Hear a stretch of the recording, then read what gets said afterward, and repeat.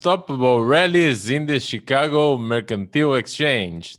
The one to comment that will be Jerry Gidel from Chicago, Illinois, as always. Right here on Connected Farmer, your channel to keep you up to date with the latest trends in agriculture and livestock.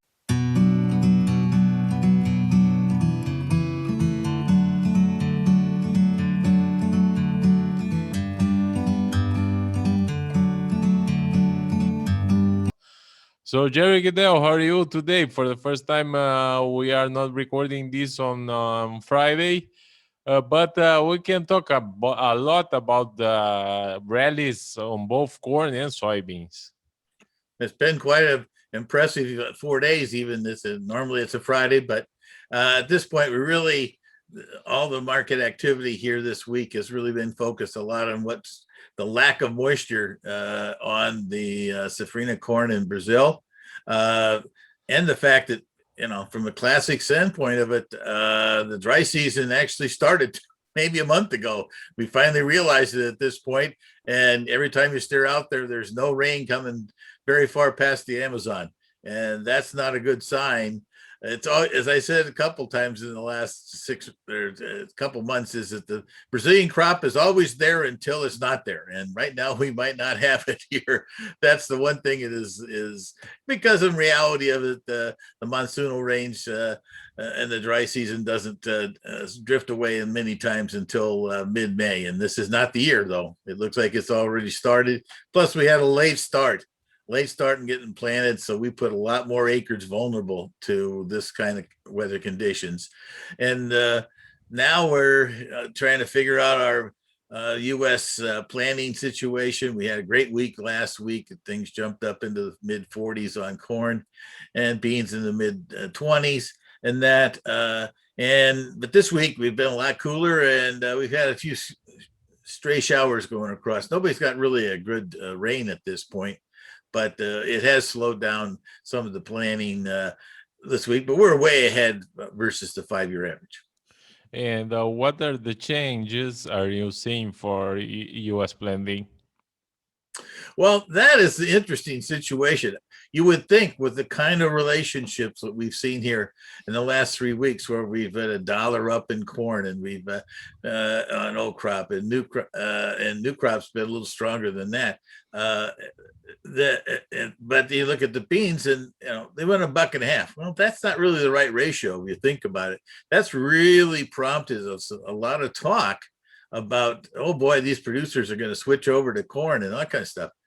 Well, this last year they had a lot of problems with corn on corn type of yields, and the other thing that's happened since last fall, if you didn't lock in your fertilizer costs last December or January, or if you hadn't really bought your chemicals ahead and paid for them and things like that, or even seed corn at this point, all those things have really went up big time. I can't say anhydrous is doubled, but it's went from 400 to over 700. That's a long ways, and so that's the other tricky part of it. Plus the fact that where the ideas, and some of this is the northern plains. Let's take some of those spring wheat numbers and move them over into corn and soybeans. Well, the yields on soybeans in the northern plains are usually pretty competitive with corn, plus the cost. Plus, guess what? It's still dry up there. So you put all that together. Are they going to switch from wheat to corn, or are they going to go into beans? We have room on beans. We can afford to put some more bean acres in. We didn't get the numbers we thought we were going to have back in March from there. Other area that's been talked about, and that is Kansas and the western parts of that state. They know how to plant sorghum out there, and that if there's something goes wrong with that wheat crop somewhere along the line, they understand sorghum, and if it's going to be dry, that's a crop that can handle the dryness. So there's some other things. I kind of feel corn's going to be higher than the USDA's 91.2 or 3 million they had back in March. But at the same time, I have a real tough time maybe getting above 92 million, which is, giving us a few more acres to work with. but I'm not sure we're going to have a 2 million increase like I've heard from some people in the industry at this point, and unchanged on soybeans.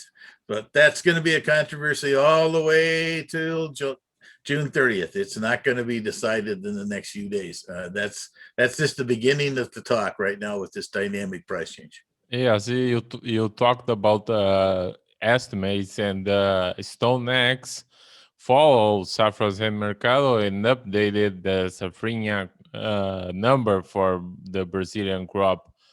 So do you think of that for corn, the market has already priced in, or there is more room for highs?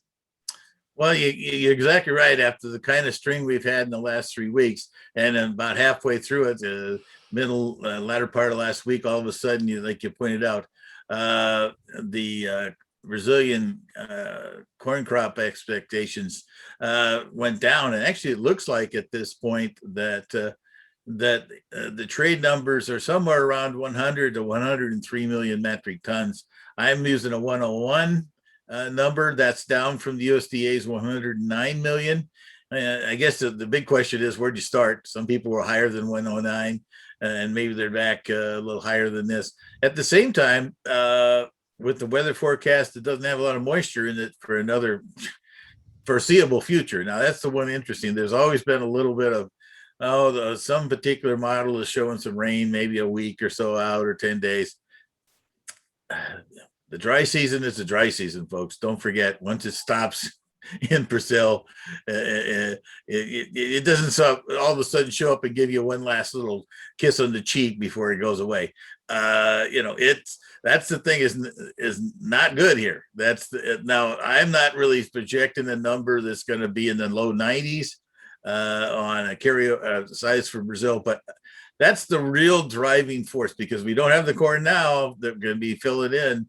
That means they're going to be shipping the U.S. corn for sure, and it means they might not be shipping much in the fall. And so that means our new crop corn in the U.S. is more valuable. And that's part of what's happened here in the relationship of the old crop corn here in the U.S. To the new crop corn. There's been a statement over time that the old new crop corn spread is a great indicator of where you're going, and that, but this year is a real twist on it at this point. Usually when you start to see December rallying on July, then all of a sudden the enthusiasm for the market is over with. But at this point, with the world really tuned in to feed needs at this point, and we've been looking at wheat, we've been looking at sorghum, we've been looking at DDGs, we've been looking at all kinds of things. At this point, corn is still king and feeding animals.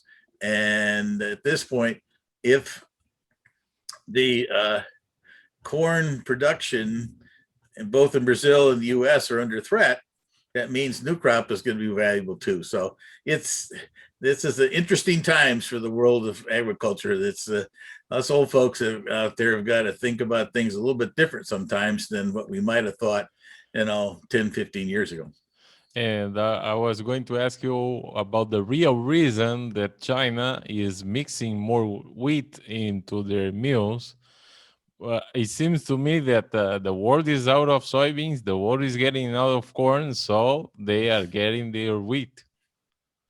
They're using wheat. Yes, that's been a big feature in this thing. It really, the wildest thing in this thing is that they've made some pretty significant shifts. If you look at their internal scenario of looking at some of that reserve wheat over there, and they've sold a lot more of that than recently. I've not even heard too much of reserve corn being sold at this point, which does suggest that they're going to try to feed more wheat. And wheat is feedable for particular animals, and particularly if you're talking water buffalo, dairy, and cattle. Ruminants love it, no big deal. When you switch over to chickens, but really the most important one in China is pork and hogs. You can't go 100%. And I'm still trying to figure this out, how we're going to use more wheat, but it's not going to be 1-to-1. We can't just say, oh, by the way, we're not going to use any corn. We're going to use all wheat.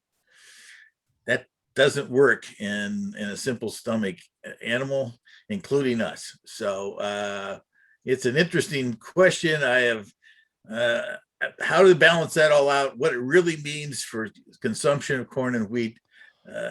I'll give you 25%. I might even stretch it to 30.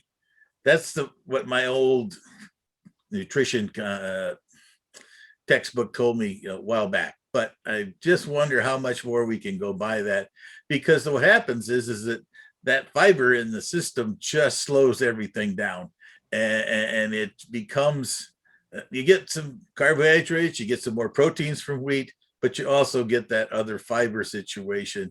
And I don't know.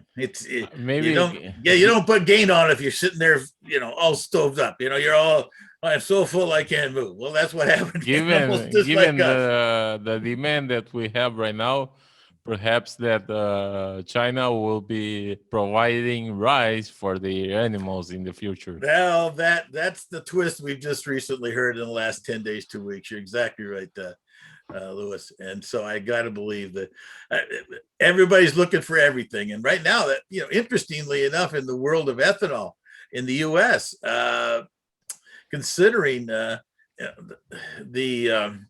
I continue to hear that the margins in the ethanol world are staying together. They're being positive. They still want to go ahead and do ethanol production. You say, well, golly, corn's just, we're up here nearly $7 and maybe more in the cash. How's that working? Well, DDGs are valuable. That's the byproduct of the corn that's left over, and that has a little higher protein. It's very tasty. Boy, oh boy, cows love it. They got that beer smell in there, and they love it. And the other feature of this thing is the corn oil that comes out of it. You can't use this corn oil that you get from the ethanol production for human consumption, but it's fabulous for dealing in the biodiesel and the energy world. And so I think both the oil and the byproduct are holding up in value. And so all of a sudden, $7 isn't the terrible value that was back in 2012 when we had very high prices, and we had a huge controversy about food versus fuel. And I'm not sure we're not going to have that same concern, but it hasn't hit here yet. But at the same time, it seems to be like just a picture, because long term, I've seen more countries adding ethanol mixture and not reducing it.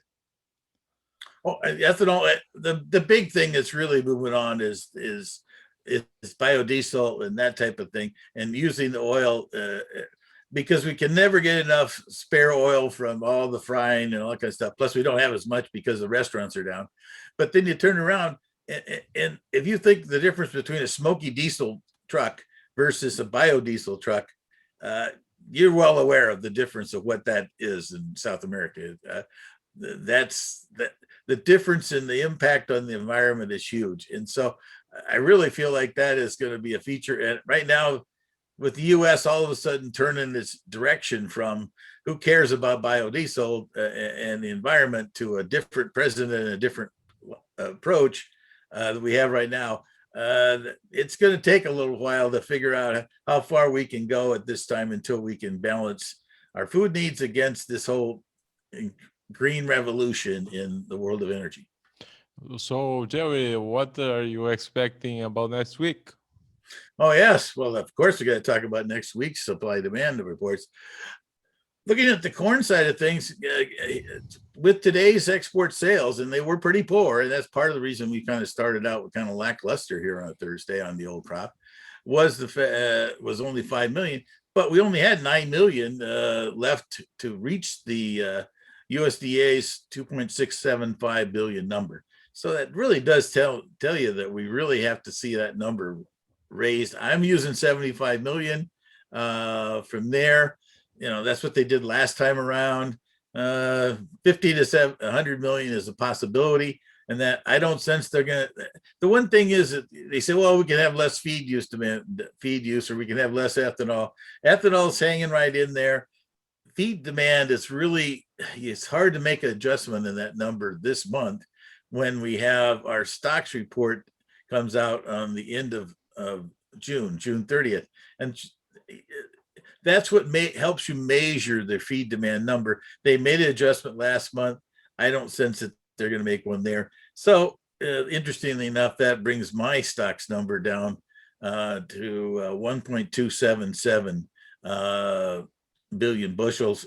From there, the market activity here is also expecting a decline in the number. I don't, to be frank, I kind of lost track of exactly what that is. From there, from the standpoint, it's down. We'll see how those numbers come out from Reuters and Bloomberg in the next few days. But the other feature we get on this report is we get the first initial look at the 2021-22 U.S. supply demand reports. And that's the other twist of it. Traditionally, what they've done in the past on this number is they take their outlook numbers that they put together back in, in February for their ag outlook numbers there for demand, and then they just make the adjustments on what the stocks numbers might have done between February and now for a carry-in stock, and then they utilize the March 31st U.S. planning intentions. Well, you put that all together, and interestingly enough, we don't increase our supply all that much. Part of it's because the acreage numbers were a little less than expected. The trade at that time was looking for 92.5, 93 billion. We came in with, as I said, 91.3 from there. And so it's a situation where I'm just looking for just a barely increase year over year on that number. As I stare into my piece of paper here, I'm looking for 1.355 for next year. That's just less than 100 million increase, and that's also making some adjustments in the demand numbers because the USDA is not going to change their yield numbers, or they're going to change their acreage numbers. Those numbers are set.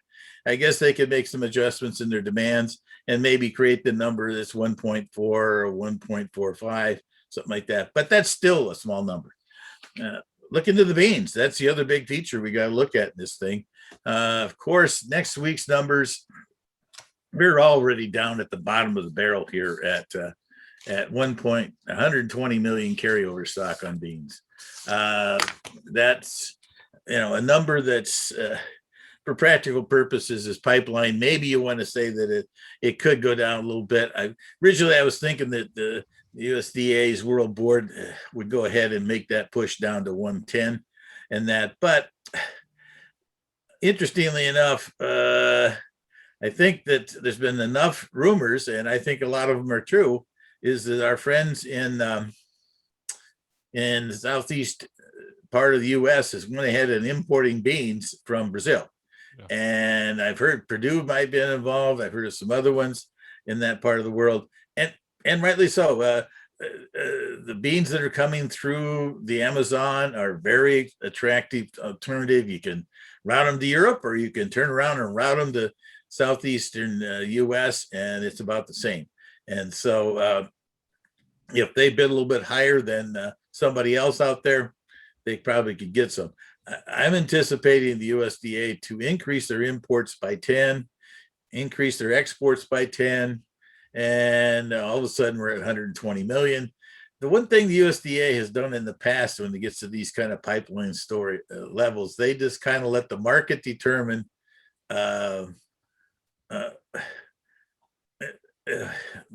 what the prices are going to be. They do not try to direct anybody saying that this is the pipeline is going to be below pipeline and it's going to go down to 50 million because of our export demand or our domestic crush. They are at this stage of the game projecting what the stocks will be at the end of the year. And so people say, oh God, why can they do this? Man, why are they not paying attention? All those things make sense. The problem becomes is that their job is not to tell people how high they should bid for something. It's for the reality of where we're going to be at the end, because we're going to need probably in both corn and beans. And that's part of the reason I think's happened the last 3 weeks on corn is we've had to start rationing corn. and I think even beans in its own subtle way here, that we've got to slow down domestic situations or something else along the way, find some imports from someplace to bring in some supplies, because at this point, we're rattling around with minimal kind of supplies between now and September 1st. And also the new crop, by the way, harvests don't really fill the bin until you get mid-September and October. So it's not like, oh, the 1st of September, we're going to have a whole bunch of new supply to use in our system. So there's all kinds of things floating around here that's important.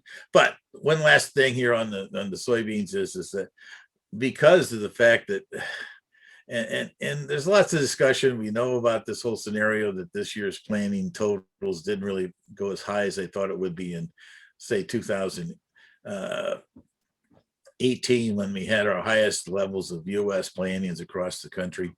And that, I guess the one twist on this thing is that we've already increased things in more North and South Dakota, both in corn and soybeans, by 2 million acres already. And that really covers a lot of their issues that they had between the two states about too wet in 2019, and then in North Dakota being too cold and wet this last year. And then some areas like Western Kansas and the Delta, those are areas that had some leftover prevent plantings last year. And I guess that's the real twist. How much more can we expect to see in our total corn, soybeans, and that? Because one thing, don't forget, U.S. winter wheat and primarily hard reds out there in the plains increased over 2 million acres. So we've taken some of those extra prevent plantings and already put them in wheat. So that doesn't mean we can't get some double crop on them, but that's usually a spring wheat, or excuse me, a soft red wheat, Eastern Corn Belt. And at this point, I don't think we're still going to get most of the time in that situation. We might be able to drag out 500,000 out of additional double crop beans, but we still got a lot of scrambling going on here. New crop beans carryover on this thing is going to be, 135, 145 too. We've got a very interesting situation. This doesn't look like it's going to be a one-year deal here, where we have a big flash in the pan and everything kind of calms down here in the 2021-22 year, because we're starting off with uncertainty about our crop size in the U.S. and we're coming in with very small supplies. That really makes things very volatile. These July prices at this point on both corn and soybeans, I guess, as I said, to open today's conversation is that on the corn side, it's what keeps happening in second crop corn in Brazil. If that forecast continues to have limited rains and heat, things are going to keep staying pretty strong. Chances to see the July go up to where the May's at right now, that's 50 cents difference, very easy happening. Beans, similar situation. The beans are, with harvest going on in Brazil, it's always tough to get people fired up to say, well, I'm running out of beans. But the thing about it is that the protein world is always a very volatile world. And I don't know that there's prices like 2012 in beans, but there sure could potentially could be higher ones as we go along here. And particularly if we don't see any kind of increase in the soybean plantings in the U.S., which as I mentioned earlier, I think is a little bit overdone there because of corn's prices. But at the same time, we really could use a 90 million plantings in the U.S., and that's 2.5 million bushels, or 2.5 million acres away from where we're at right now by all indications. And that's a hard thing to make up. But right now, at least, the chance to see something above $16 after on this July is not impossible. Probably in the 1650, 1675 is a number that wouldn't startle me at all. But right now we are in the exuberant section of soybean prices and corn prices, and the rationing world can be quite irrational. Every time I talk with you, there's a new limit reached. I think so. I wish I could have told everybody back in last September that we knew we were going from the bottom to the top of the elevator all in 1 year, but that we had so many combination of events here that have come together to make this a very exciting year. Thank you, Jerry.